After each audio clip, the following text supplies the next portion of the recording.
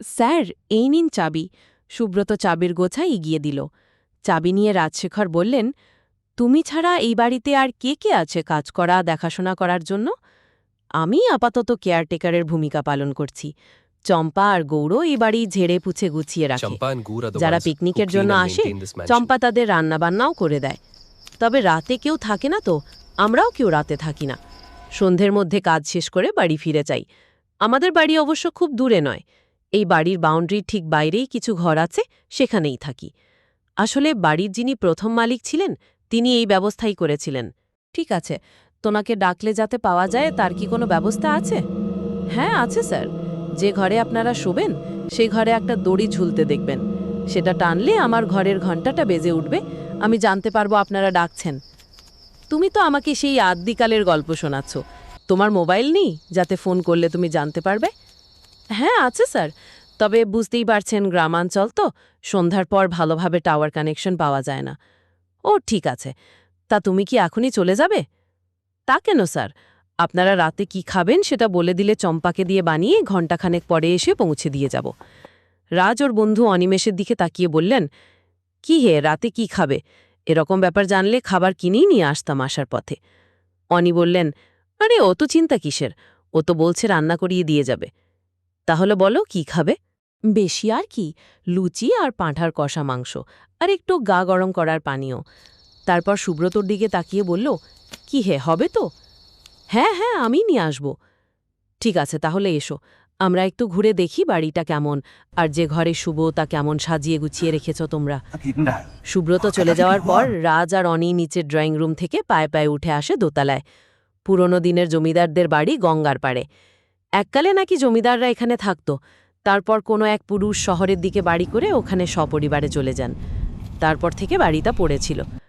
কয়েক পুরুষ পর এক ছেলে, যে বর্তমানে বাড়ির মালিক, বাড়িটা ভাড়া দিচ্ছেন পিকনিক করার জন্য। এত বড় বাড়ি দেখাশোনা করে রাখার খরচ প্রচুর। বাড়ি ভাড়া দিলে কিছু টাকা তো উঠে আসে, তাই এই ব্যবস্থা। বাড়ির ভেতরে পা দেওয়ার পর ওদের দুজনেরই মনে হচ্ছিল যেন সত্যি জমিদার আমলে এসে উপস্থিত হয়েছেন। ওদের ঘরে এসে উপস্থিত হলেন ওরা দুজনে। বেশ উঁচু রাজকীয় খাটে শুভ্র সফেন বিছানা পাতা, তার সাথে বালিশ কোলবালিশ সব আছে। ঝাড়বাতিটা জ্বলছে, এক মায়াবী পরিবেশ তৈরি হয়েছে। পাখার সুইচ দিতে পাখা বেশ জোরে ঘুরতে শুরু করল। ওরা ঘরের লাগোয়া বাথরুমে এক এক করে ফ্রেশ হয়ে এলেন। রাজ দোতলার লাগোয়া বারান্দার দিকে এগিয়ে গেলেন। তারপর হাত দিয়ে দরজার ছিটকিনি খুললেন, কিন্তু দরজা খুলল না। বেশ চাপ দিতে হলো ওটাকে ঠেলে খুলতে। অবশ্য দরজা খুলে যেতেই এক ঝলক ঠান্ডা হাওয়া এলো ঘরে। ততক্ষণে বাথরুম থেকে অনিও বেরিয়ে এসেছেন। বললেন, রাজ, তোমার জন্য একদিনের জন্য নিজেকে জমিদার বাড়ির সদস্য মনে হচ্ছে। রাজ হাসলেন, তবেই বলো, তুমি তো ভাই আসতেই চাইছিলে না। তখন কি আর বুঝেছি এত সুখ কপালে নাচছে। হঠাৎ দরজায় এসে উপস্থিত হলো সুব্রত। বলল, তোমার স্যার, জন্য আপনাদের আপনার খাবার কথা নিয়ে নিচেই এসেছি। জমানোর কথাই নিচে সবসময় ডাইনিংয়ে মনে খাবেন না হবে। এখানে দিয়ে যাব? নিচেই চলো, বিছানায় বসে কি আর খাওয়া যায়? চলুন। বলেই সুব্রতর চোখে পড়ল বারান্দার দিকে খোলা দরজার উপরে। বলল, এটাকে খুলল? রাজ উত্তর দিলেন, আমি, ঘরের গরম হাওয়াটা বেরিয়ে যাবে। সুব্রত আর কোনো কথা ও বিষয়ে না তুলে বলল, তাহলে আসুন নিচে, আমি খাবার বেড়ে দিচ্ছি। নিচে ডাইনিংয়ে এসে ওদের চক্ষু ছানা বড়া। যা বিশাল এক ডাইনিং টেবিল পাতা, মনে হয় একসাথে জনা ৩০ লোক বসে খেতে পারবেন। তবে অত লোক এখন না খেলেও টেবিল কিন্তু আগের আমলের মতোই সাজানো। ওরা দুজন এসে মুখোমুখি বসতেই সুব্রত খুব সুন্দর করে সব সাজিয়ে দিল। তারপর বসে বসে খাওয়া তদারকিও করল। খাওয়া শেষ করে উঠতে ও বলল, আপনারা হাত ধুয়ে বসার ঘরে আসুন, আপনাদের পানীয় ঢেলে দিচ্ছি। Good night. দুজনে এসে বসতে সুব্রত পরিমাণ মতো সব মিলিয়ে গ্লাস এগিয়ে দিল দুজনের দিকে। রাজ বললেন, অনেক ধন্যবাদ তোমাকে, অনেক করেছ আমাদের জন্য। আর থাকতে হবে না, রাত তো অনেক হলো, এবার তুমি এসো। দরকার পড়লে তোমাকে পাবো তো? হ্যাঁ স্যার, পাবেন। আমি আসি তাহলে, শুভরাত্রি। সুব্রত চলে গেল। ওরা একটু করে পানীয়ের গ্লাসে চুমুক দিচ্ছেন আর গল্প করছেন।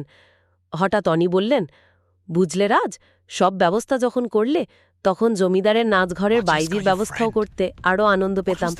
কোনোদিন তো সামনে থেকে ওসব দেখার সুযোগ ঘটল না। এটা বেড়ে বলেছ, কিন্তু আগে বললে হতো, এখন আর কি হবে? সুব্রতকে বললেই হতো। ও কি এত তাড়াতাড়ি এর ব্যবস্থা করতে পারত? মনে হয় না। আহা, ওই চম্পানাকে, ওই আসতে পারত আমাদের মনোরঞ্জন করতে। এই গল্পের মাঝেই হঠাৎ ঘরের আলো নিভে গেল। রাজ বললেন, যাহ, লোডশেডিং। সুব্রত তো আগে বলেনি যে আলো হঠাৎ হঠাৎ যেতে পারে, নাহলে ওকে দিয়ে 2-3টে মোম আনিয়ে রাখতাম। এরকম বাড়িতে আলো চলে গেলে কেমন যেন অনুভূতি হয়। কি হে, তোমার ভয় করছে নাকি? ঠিক ভয় নয়, তুমি সেই আগের মতোই ভীতু রয়ে গেছো জানতাম না। কথার মাঝে কিসের যেন শব্দ হলো ঘরের মধ্যে। অনিমেষ জিজ্ঞেস করল, কিসের শব্দ ওটা? কোথায় শব্দ? তুমি শুনতে পাচ্ছ না, কিন্তু আমি যে পাচ্ছি, ঘুঙুরের শব্দ। কোথায়? ওই শোন। এবার রাজও শুনতে পেলেন। অন্ধকারের মধ্যে দুজনেই এদিক ওদিক তাকিয়ে বুঝতে চেষ্টা করলেন শব্দের উৎস কোথায়। খানিক অন্ধকারের দিকে তাকিয়ে থাকতে থাকতে অন্ধকার যখন চোখে সয়ে এলো, তখন দুজনেই দেখতে পেলেন এক সাদা পোশাক পরা মহিলা সিঁড়ি বেয়ে নিচে আসছে, আর ওর নামার তালে তালে নূপুরের আওয়াজ উঠছে। দুজনেই চমকে উঠলেন। সুব্রত তো বলেছিল এই বাড়িতে কেউ থাকে না, তাহলে এই মহিলা এলো কোথা থেকে? মহিলা এগিয়ে এলো কাছে। রাজ ভয়কে পাত্তা না দিয়ে জিজ্ঞেস করল, কে আপনি? কিন্তু প্রশ্ন করতে করতেই টের পেল ওর নিজেরই আওয়াজ অত চেষ্টার পরেও কেঁপে উঠল। মহিলার হাসি শোনা গেল। সে কি, তোমরা নর্তকীকে আহ্বান করলে আর এখন চিনতে পারছো না? তোমাকে কে ডাকলো? আমরা তো ডাকিনি। ডেকেছ তো, তা কি নাচ দেখবে, কত্থক নাকি আধুনিক কিছু? তুমি যাও, তোমায় আমরা ডাকিনি। এখন ডাকনি, কিন্তু তখন তো ডেকেছিলে, আর আমি আমার শিশু সন্তানকে ছেড়ে আসতে চাইনি বলে জোর করে ধরে এনেছিলে, আর যাতে ভবিষ্যতেও একই সন্তানের দোহাই না দিতে পারি, তাই ওকে মেরেই দিলে। চেনো চেনো, তোমাদের রক্তে আছে নারীদের নিয়ে ফুর্তি করা, বদমাইশি করা, আর তোমাদের কথা মতো না চললে তাদের পৃথিবী থেকেই হাপিস করে দাও। সেবার ক্ষমতার অভাবে প্রতিশোধ নিতে পারিনি, এবার তো ছাড়া যায় না, বলেই দুটো হাত এগিয়ে গেল দুজনের গলা লক্ষ্য করে। এতটাই আকস্মিক আর এত তাড়াতাড়ি ঘটল সবকিছু যে ওরা পালানোরও সুযোগ পেল না। সুব্রত সুব্রত করে আওয়াজ তুলতে চেষ্টা করেছিলেন রাজ, কিন্তু গলায় স্বর ফুটল না। অন্য খানিক পরে দুজনেই গড়িয়ে পড়ল মাটিতে। ঠিক আছে। কিছুদিন পরে পুলিশ এসে উদ্ধার করল পচে গলে যাওয়া দুটি দেহ। অফিসার শুধু ভাবলেন, এরা এখানে এলেন কিভাবে?